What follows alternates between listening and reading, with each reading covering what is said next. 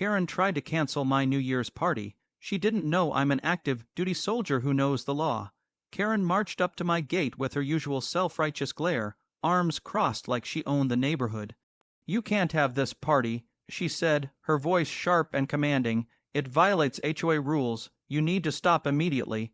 I looked at her calmly, leaning on the gatepost, letting a slow smile form. "Which rule exactly, Karen?" I asked. My tone was neutral, but every word carried weight. I wasn't intimidated after all. I've followed orders under far stricter circumstances. Her lips tightened.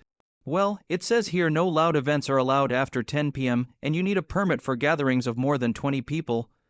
I raised an eyebrow. "Interesting." I said, "You do realize I'm an active duty soldier, right?" Her eyes flickered with confusion. "Yes, and as a soldier," I continued, "I know how to follow the law. And I also know my rights. This property is mine, and my friends are legally allowed to gather here.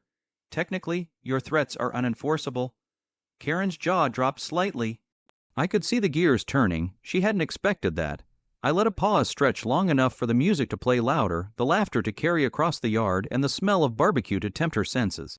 I'll have to call the HOA board," she stammered. "By all means," I said. "I'll be happy to discuss this with them, in writing." She hesitated, then stormed off, muttering under her breath. That was my moment. I signaled to my friends, and we cranked the music higher, danced around the fire pit, and toasted to the new year with extra flair.